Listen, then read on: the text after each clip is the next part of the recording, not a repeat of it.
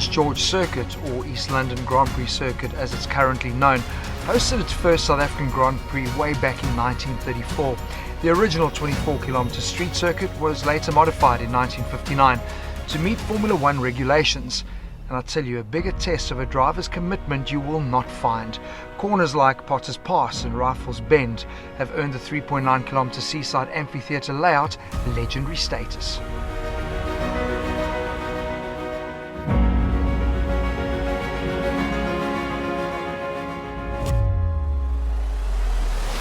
It was Jim Clark who in 1965 would go on to win from pole position the last South African Grand Prix to ever be run at this fast and unforgiving circuit. And now, almost 60 years later, the GT SUPERCUP Roadshow rolls into town for their first ever race meeting at this iconic track. I really hope they are brave.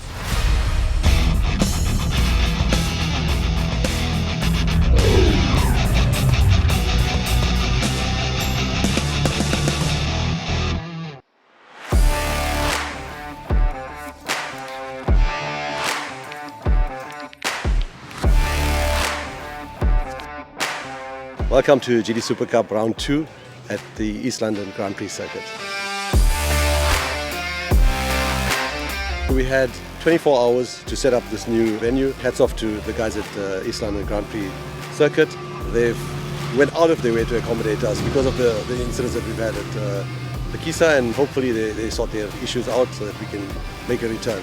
But for now, East London Grand Prix Circuit, I tell you, it's going to be one of our favorites. Well, the dynamics of coming from KZN to Welkom and coming from KZN to East London is just 100 kilometers. For that short notice, we had a good turnout.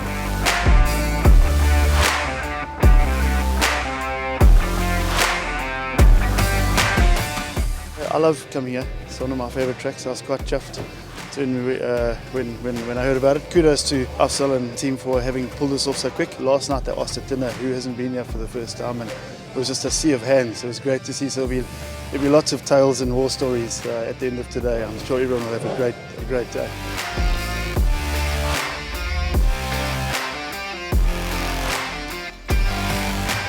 Yesterday we had practice and fourth gear kept jumping out. Managed to organise gearbox almost midnight last night. Been here since 6 o'clock trying to get it done. Well, it's the first time racing with the other towners here. So I know the track pretty well, so I'm sure we'll be quite competitive. So hoping to take the class.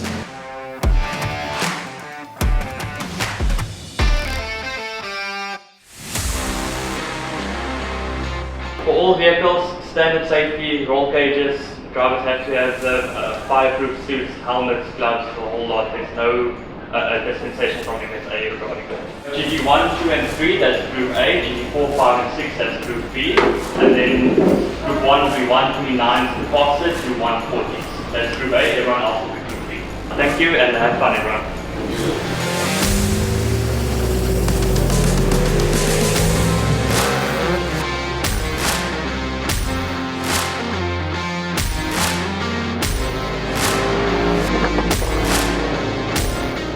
I've got an issue with mine because it doesn't have a roll cage, which unfortunately is my fault. But yesterday was fun. I had a good time. I'm keeping up with the GT5 cars, which is fantastic. But next time I'll put my roll cage. The clerk initially said that we weren't allowed on track because we had no roll cages, and then they came back to us to say that they're going to give us our own special sessions, the cars without the roll cages, and that was very accommodating of them, and we're really appreciative of that.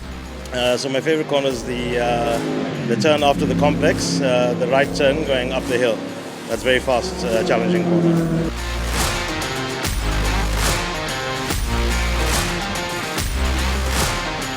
Well, since the last GT Cup, we've taken a lot of weight off the car. I put the M1 bonnet and bootlet, the doors and the bumper, and we shaved about 75 to 80 kilos. Power to weight ratio, it must be better. Especially down here at the coast, there's at least 15% horsepower more on the cars. So you have to be much harder on the brakes, much earlier on the gas to get out of the corner properly. I got here yesterday not knowing exactly what to expect. I heard it was a very fast track. Got in here and did a few laps, and I think I started off with the 157s, finished the day off with a 143. so there was some progress.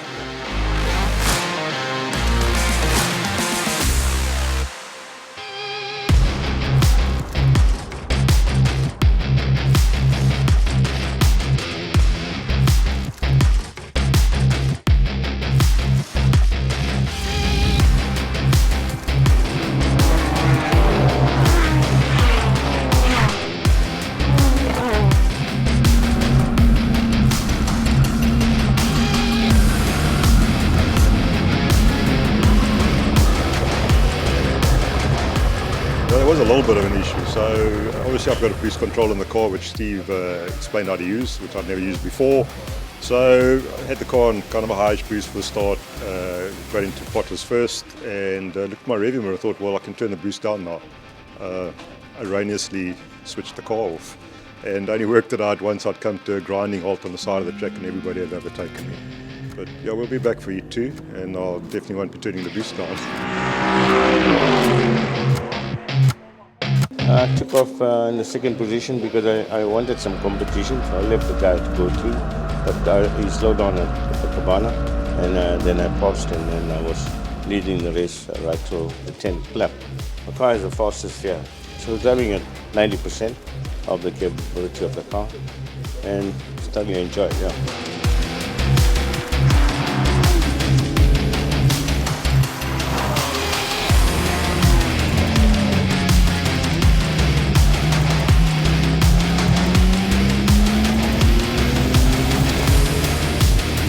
Race 1 went fairly well. I think I finished first in the GT3s.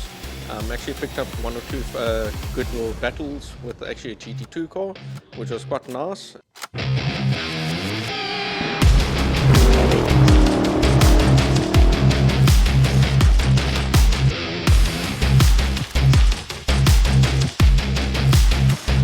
It was quite a challenging race to try and keep pole position in GT2, but luckily we came through with that. I underestimated this track, but it's a very fast track and it's enjoyable.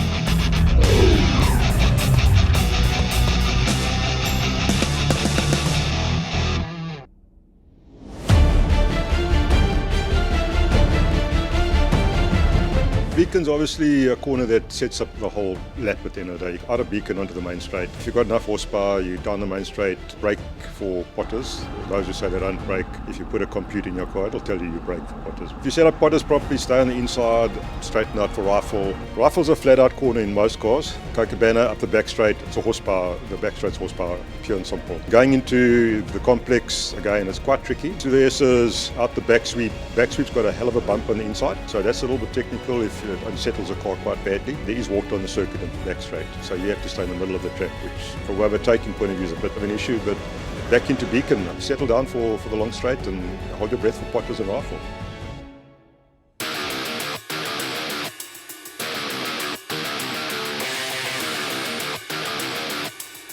Race 1 was quite interesting, had quite a bad start. Roche and Fakile were on it.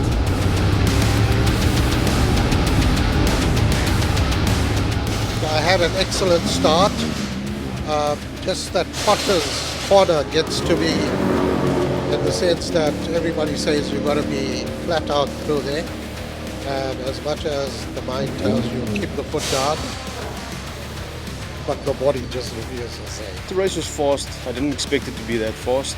I had a cut-off time of 1 minute 45 to break out of my class, and I did a 44. So I moved up a class. The time's improving, so that's what we were after. It was very tense because I had the two KZN guys in front of me, which they are fighting their KZN battles, but I managed to chase them. So it was actually a good race. I saw Fakile in my mirrors. He was quite close to me, and the idea was to try and open the gap as quickly as possible. We were catching each other on the corners, and then all of a sudden, out of nowhere, came Mike McLaughlin and the Yellow Cobra. They pushed us quite a bit. Managed to overtake Fakile. outbroke me into a corner. I went wide, and he got the better of me, and then obviously the track was his.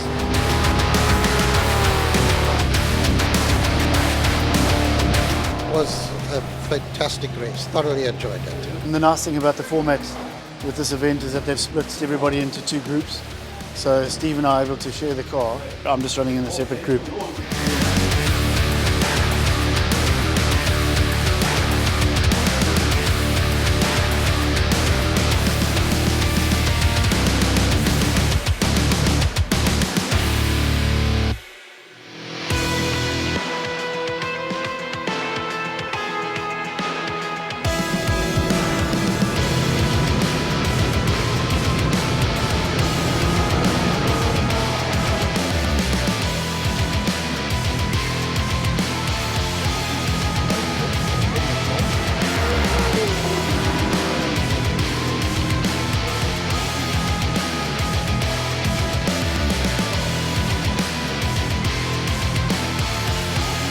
I really didn't believe that I was going to make 10 laps without obviously a red flag. The race was red flag.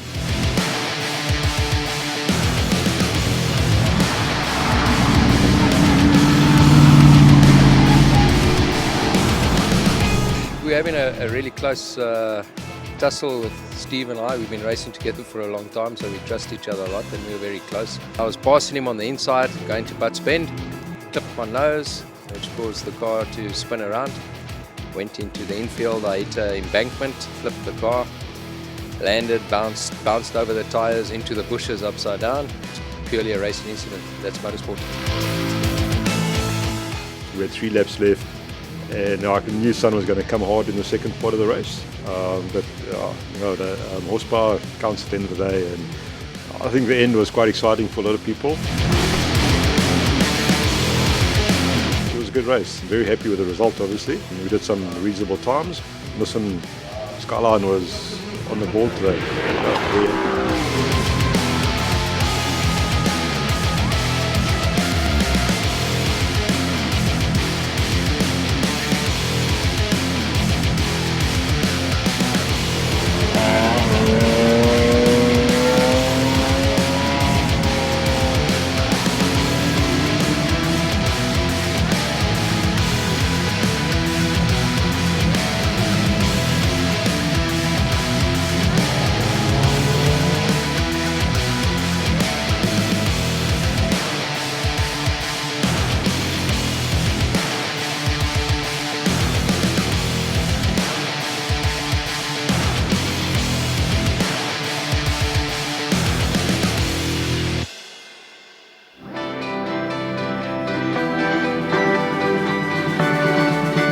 Very exciting having them here. It's different, obviously different competition, different driving styles. Obviously our track's a lot more straight and they come, I think it's a bit more corners and that side. A bit more competition than normal, so I'm really enjoying it. Having these guys around has really made this day a pleasure. We would actually like to see more competitors around here. We haven't had a nice full field like this for a good year, I would say. And most definitely must be a game changer for them because it's an extremely fast track.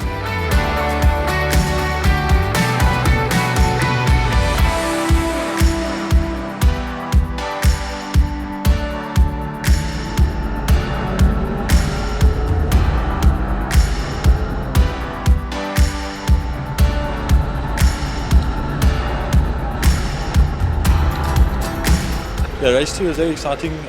Started, I think, 8th on the grid. By the end, coming out of Cocobana, I was 2nd or 3rd.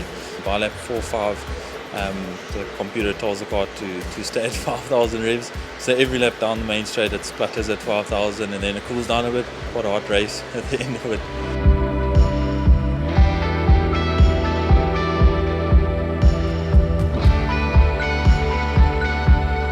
Race 2 was really fun. We had a bit of a problem, obviously, with only 4 gears now. I'm running into the limiters all the time, but I seem to have enough pace throughout the rest of the lap to stay in front of the guys running with me. So, yeah, quite happy with that as well.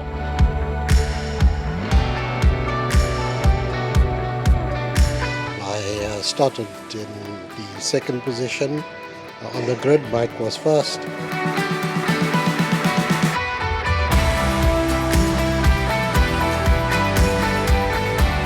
We have an awesome dice. Yeah, it was great racing with him, racing against him. I learnt a bit from him as well. The whole time was excellent.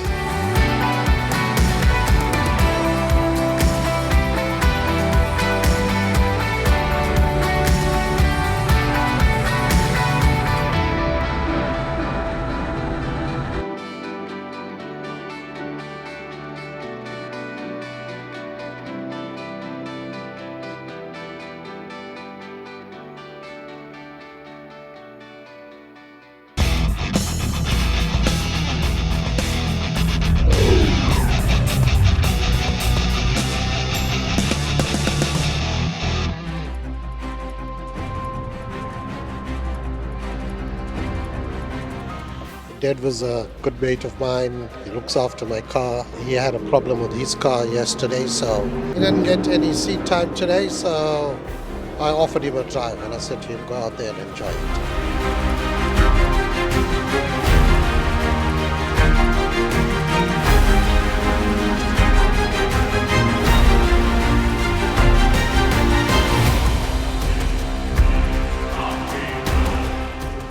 There's a 4-minute compulsory stop, so that's more than enough time for us to swap drivers.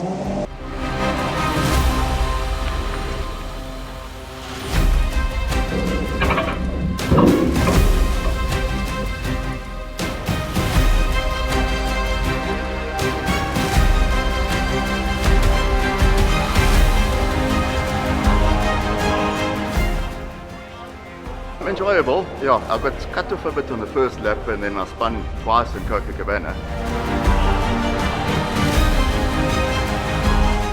So I think I was last, but I made up a couple of positions and got a couple of mates as carriers to chase. I'm still faster than my son. It's lekker, man. Oh, it's nice, man. I'm enjoying it. Absolutely awesome. I mean, I came here again, second time in a row with a broken car. Thanks to Rosh, he gave me an hour drive. It was the most amazing. The car handles so well. The track is on point. Everything was great.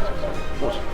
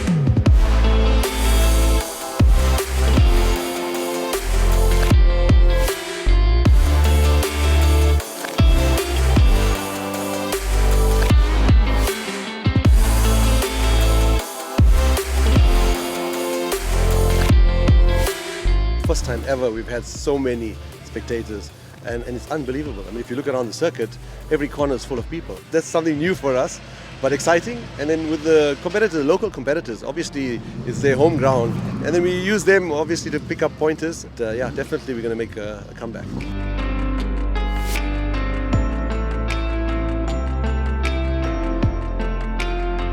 We come here, we're very respectful of everybody on track. No one's here to win any championships. There's more than enough heats and running time to get around each other.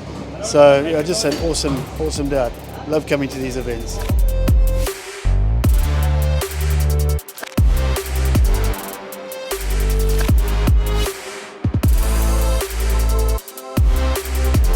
It was a very exciting race day.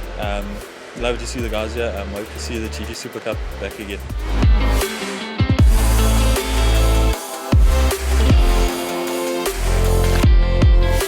I think anybody that comes here, whether he's a gentleman driver or not, if they drive on this circuit, they kind of fall in love with racing a little bit again. It's got all the nostalgia, all the history, and it really is a super track to race on.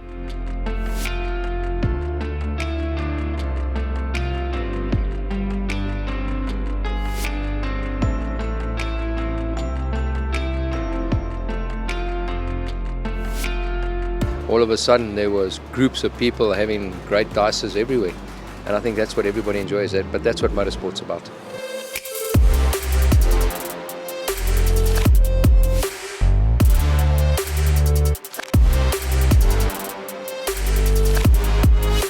An amazing day for East London. I think I was super excited that they came down, and I'd like to see them back again.